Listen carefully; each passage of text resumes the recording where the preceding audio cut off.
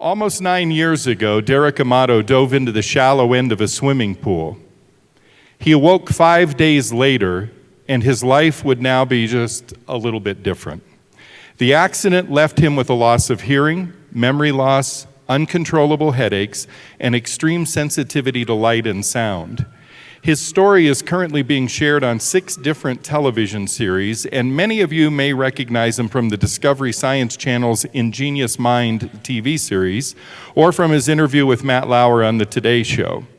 Derek's story continues to be shared nationally and internationally, and he's become the voice of individuals living with an invisible disability and one of the most sought-after keynote speakers in the country. Derek is currently one of 30 people in the world to be diagnosed with acquired musical savant syndrome, or sudden genius, and one of 3 people in medical history to be diagnosed with both savant syndrome and synesthesia. Derek currently resides in Virginia Beach, and his children Alex, Sydney, and Morgan are all here in Colorado. What is it like to walk through life being referred to as the most gifted musical mind on the planet? Ladies and gentlemen, Derek Amato.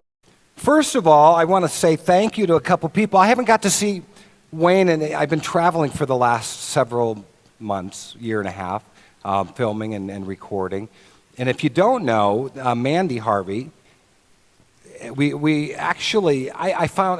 walked into a lounge in northern Colorado in Fort Collins, and she was playing, and I Facebooked her like 2 years later, and I said, would you please meet me at the studio, and I'd like to see what happened. And I didn't know Mandy was deaf at the time when I saw her performing. So it was kind of, when she walked into the studio and we started singing against each other, and I just wanted to see the chemistry because I was curious what it would be like to work with another artist. And it's just kind of, she tolerates me, put it that way. It's different when you have somebody with an unusual acquired gift working with somebody that's just simply gifted. And it's a different chemistry. And so we've been lucky enough, we got to work with some people in Virginia Beach, and I ended up there to record one song with her, and it's called The Script. It is out on iTunes and everywhere right now, and we just got done doing Steve Harvey, and I've been doing talk shows and promoting it. 9 years ago, in 4 days, I'll celebrate 9 years with this unusual gift. And it seems like it was just yesterday because time really does go by that quickly. I went to visit my mother in the Midwest, and I got together with a few buddies to have a barbecue. We had a couple beers. It was nothing obnoxious. We were minding our manners. And this young man came in and joined us, and he had a little football with him. And I got the idea, well, if we start throwing the football, we can jump over the pool, jump over, catch it in the water. I grew up an athlete, so I thought that's not going to be a problem. And when I went running to catch the football, my buddy threw it over the water. I knew I was going towards a shallow end. I knew where I was diving into. I was aware, and I thought I could just roll in on my shoulder and I'd be fine. And I miscalculated. My diving perception wasn't good that day. I hit the bottom. I struck my upper left part. I damaged the back part because, as you know, when you get brain injuries, it's usually the opposite side from the bounce. So I damaged the right lower lobe, and I have these beautiful little stars. That's what I call them. They're these 5 white stars that live in my brain. They're not sure what they are. They refer to them as scar tissue. Every 6 months, every 12 months, I go in for a scan just to make sure weird things aren't growing in my brain, and they're still the same size as they were when we found them at the Mayo Clinic 5 years ago. So I don't remember diving into the pool. I don't remember the accident itself. So, I tell this story from being told to me. I suffered from the impact. I lost half my hearing in this ear, and my memory is absolutely terrible. So I'm constantly saying huh or what, or asking people to repeat themselves. My children will vouch for that, because 5 minutes later, I can't. Oh, they're clapping. The baby you hear in the background that's laughing and crying is my newest granddaughter, Kinley.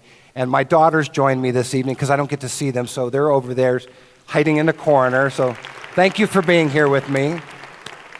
And anyway, when I came out of this and I returned back to Denver after I hit my head, I didn't have any bleeding. I was just really, really silly for a couple weeks. And so when I returned to Denver, it was really unique because I was telling one of my best friends of the situation. I said, you gotta hear this. I woke up from this head injury, and I sat down at this piano and I started going crazy. And he's like, well, you gotta be kidding. You're talking fine, you're moving fine. So because I wasn't in a wheelchair or on crutches or I didn't have my helmet on, which we can thank my children for that. That's what I got for Father's Day 5 years ago, a helmet that has no diving stickers on it. We promote safety in my family now after that accident. Then I still dive without the helmet, but I'm a little more cautious now. But what I found unusual about returning when I came home to Denver after my accident is everybody just assumed it was the regular Derek when actually my whole design had changed. My sensitivity to light. Fluorescent lights, if I'm in a Walmart and all the, you all know that little hum you hear from those fluorescent lights? Well, they seem to make me want to collapse. So every now and then I'll just go down.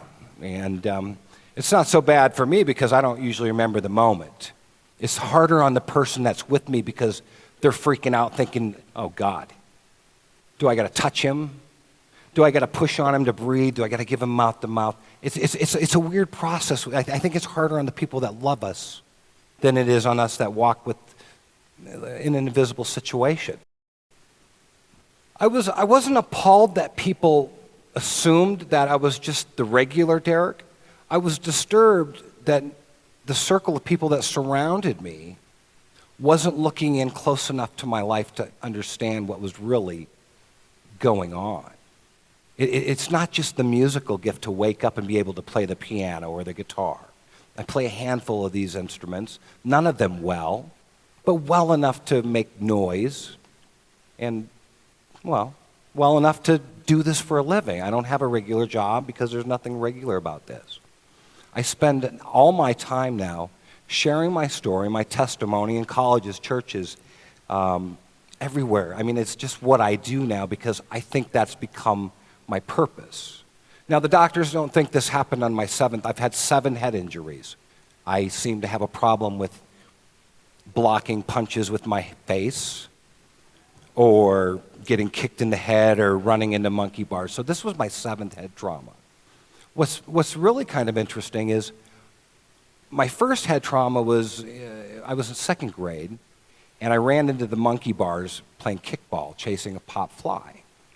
And I went out, and they think that possibly stimulated an area in my brain to overstimulate and tap into an unused area. I think we all live with gifts. I don't think it just happened to me.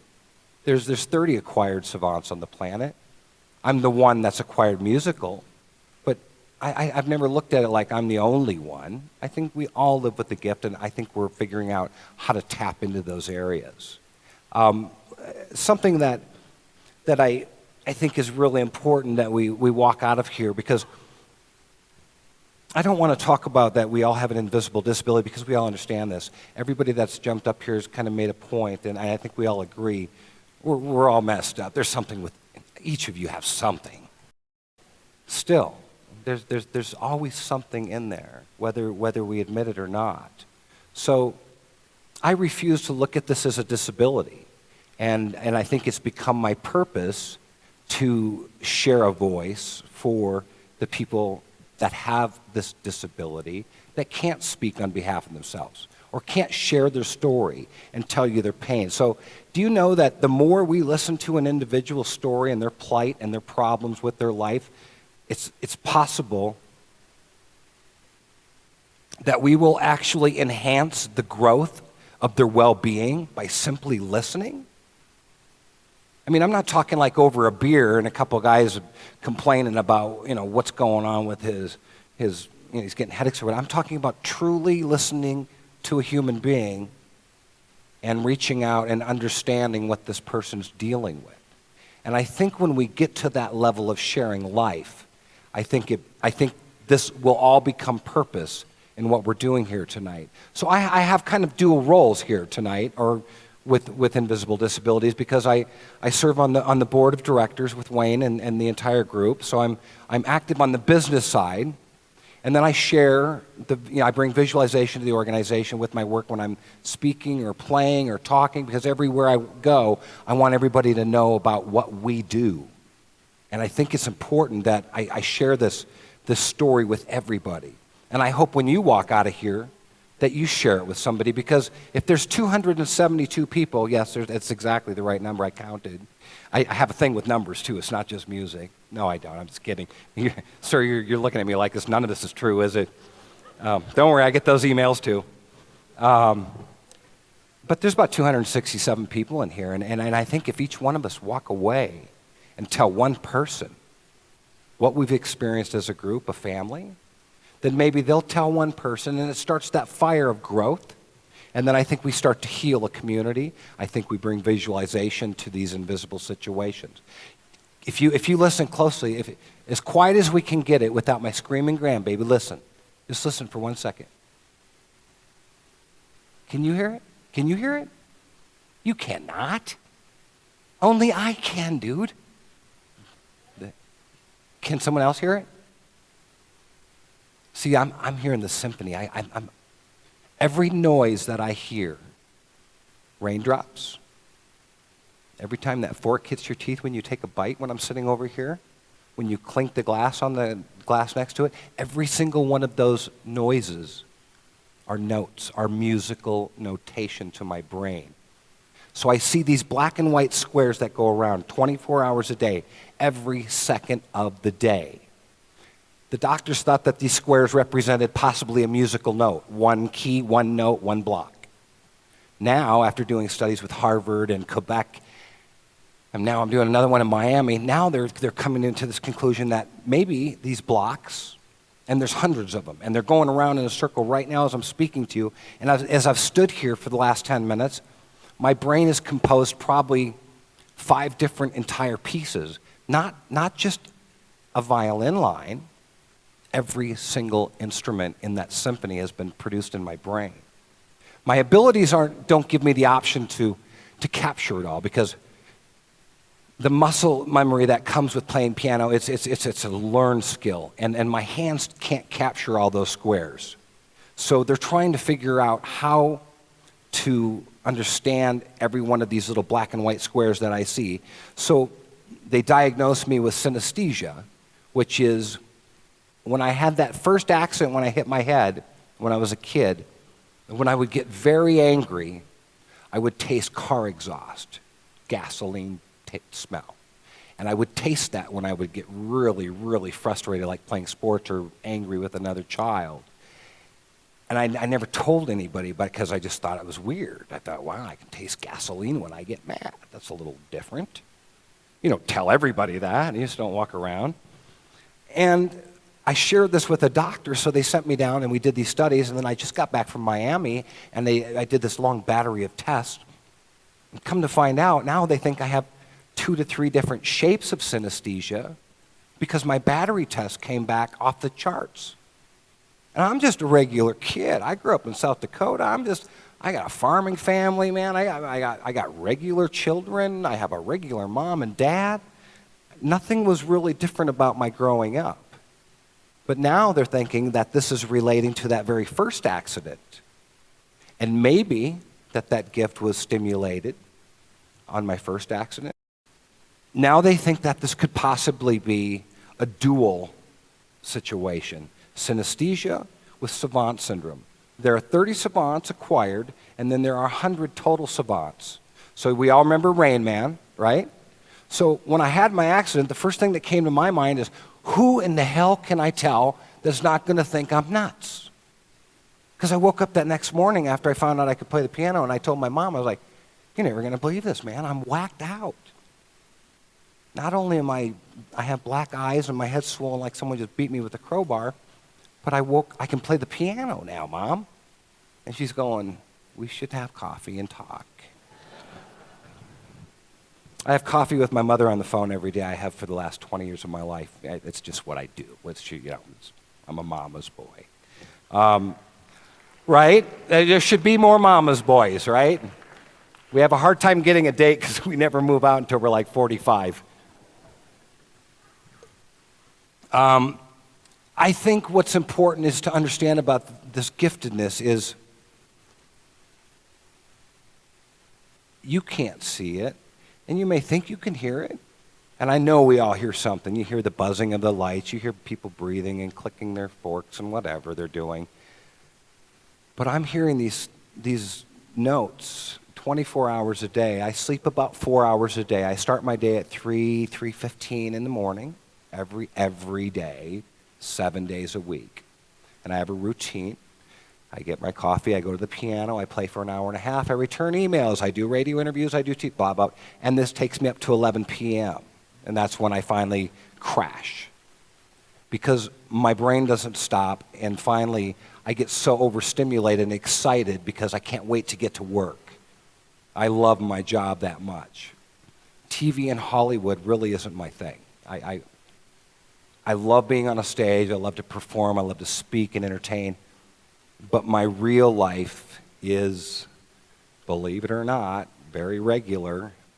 I share my time on the streets. My purpose is to feed, to clothe, to love, and to share life with as many people as I can touch, period. I believe in living a simplicity process. It works for me. It doesn't work for everybody. I like the gypsy lifestyle. I like to live out of a suitcase and travel and tell my story. And I also like to come home to my children. And that seems to work because it is a purpose that's become relevant in my life. So I think when we leave here tonight, it's my dream that we all have the same purpose. And I think we share that. That's why we're all here. So when we walk out, I hope we're on fire. And actually, if we could come up with another $200,000 before we leave, Wayne could probably do this full time and build this organization into an empire, right? So that's what we have to do. And you know what? Everybody's scared to ask for money. They don't want it. They're like, oh, and I just say, dude, bring your checkbook. This is about money. We've created the almighty dollar. Don't think you're getting out of, that's how it works. It takes money to build empires. It takes money to save lives. And it takes money to feed me when I'm traveling, And these people have to pay for these things. So I think as we come together and share this story and this work, I think this will build this organization, and before you know it, this will be an umbrella, and all these other organizations that are doing charity work and what have you, then it becomes one purpose. And really, that's just to share life and to assist one another, All the fancy other stuff, that's just material stuff to me. I don't believe in it. I own very few things. I have 3 fly rods, 3 kids, 2 grandbabies, my mom, my dad, a really stubborn, my brother's really something interesting. And that's it. And this beautiful girl that believes in me that I'm madly in love with. And they all seem to tolerate my antics because when I go out in public, it's a circus for me. It's a big deal. It's the lights, all these sounds. It's, if you've seen photos of me, if you've ever seen one, I'm wearing a stocking cap a lot of the times, and people go, man, you really look cool in the stocking cap. And I'm like, dude, do you get it? You understand what I'm doing? They're like, no, I just thought you wore it to look like a rock guy, a musician. I wear it so I don't have to hear the noise. I can't deal with the hums. I can't hear all the clicking. It's overstimulation for me, and what happens is my brain starts getting overstimulated, and it's so much that it'll put you down. It depletes everything in me. So I started wearing these stocking caps to dampen everything, and it gave me a balance. It was either that or a hearing aid, and let me tell you something, selective hearing is beautiful. right? I mean, it's like when my daughter asked for $5, oh, that's no problem. She asked for 100, I'm like, I didn't even hear a word of it. And she's like, oh, Dad. Then she says it into my good ear, right? I have to live with this every day, and let me tell you something. It's far from a disability. I don't think that word really is relevant to what I do, and what anybody does with the disability, if you will, because I think the situation gave me an ability, and has opened up a brand new venue for the human potential and what is possible. And I think it's there, and I think it's there in each and every one of you. So I think if we start sharing that concept that this gift lives within us all, then I think we'll start changing the world at an extremely rapid pace. It's an amazing journey. And really what it's become to me is purpose. And at the same time, it is a job because it is wearing. I travel. I haven't been home in a year, and I've been traveling for the last year and a half solid. I have 3 new TV shows coming out. Mandy and I recorded the new single. We're touring for that. I have the new book out. And I see them, and they're tiny. So imagine this. Imagine an equalizer going around left to right, right? Remember the graphic equalizers? And it going in a circle, and it's about the size of those little squares you would see on a digital if you were to look at a stereo. And that's the square I see. But there's like, in one vision, there's probably maybe a couple hundred squares in front of me at a time. So just right now, I'm seeing. I think it's in every brain. I think it exists in every single brain. I don't think this is just Derek. I think this is every brain has it. I think the accident simply just opened up that window. And that's how the doctors described it to me at the Mayo Clinic, is that timing is when I hit my head, it opened up a window. I overstimulated. They wanted to give me these seizure pills, right? Because I get a little weird every now and then. So they wanted to give me the pills to stop the neurons from firing, because I'm constant. I am on. I mean, I don't slow down. I have ADD, HD, AD, OCD, OBD, but I don't stop. And that's hard on the human physical body, right? But I can't get enough of it. It's like I just can't get enough. They do. They kind of do think it's kind of misconstrued. So, like a genre, like if someone says, well, can you hear that for 10 seconds and play it? No, it doesn't really work like that. My brain's already composing music. So think of it like this. There's 2 file boxes in front of me. This one is my brain working, and this is what Derek would like to do, okay? This file box is full and continually pushing files into this file box. So when I go to play or perform live, for me to do a song that Derek wants to play and pull out of this file box is extremely challenging, because now I have to fight this file box, right? Because this file box is going crazy with all this overload of information, and all this one wants to do is just play one little favorite song of mine, right? So it conflicts, because I struggle getting through this file box because this file box is overloaded and it's jamming up. I went over, when I was at my mom's, I popped out of it and I woke up out of it, and I knew I had an accident, but I didn't know what had happened. But I thought I was okay to go home, so I called a buddy of mine and I said, hey, I'm going to be going back to Denver. Let's get together for a goodbye real quick. A kid I grew up with all my life. Actually, he was the one with me when I dove into the pool. And he came over, picked me up. We said goodbye. We chatted for 45 minutes. There was this little tiny keyboard in the corner of his apartment. I felt drawn. I don't know how else to explain it. I felt drawn to it, and I kept looking over it at the keyboard. And finally, I just walked over and sat down, and then it just happened. And when something that profound happens, you don't really know what to say. My buddy was crying. I was looking at him like, okay, I think God might be in the room, dude, or how many beers did we have? After 7 beers and I'm doing this, it's just kind of cool. So it was just one of those moments where something profound is transpiring, and that's how it happened. I was over at Rick's house. They say it can leave as fast as it came. So let me tell you how I live this life of mine, this crazy, nutty world of mine. I enjoy every second, and not just the music. This has become life now. And I look at life differently, not because of a trauma or a profound change in my life. It's been an awakening, that's for sure. But I think we all deserve to live life like that, right? Every second, you matter to me. I'm glad you're here. And that's how I approach my life. And I do. I'm grateful every day. Would I be sad or depressed if it went away? Of course. Loss is hard on all of us. But you know what? God's been pretty good to me. And I feel blessed. So if it goes away tomorrow, then I celebrate that I had 9 beautiful years to share it.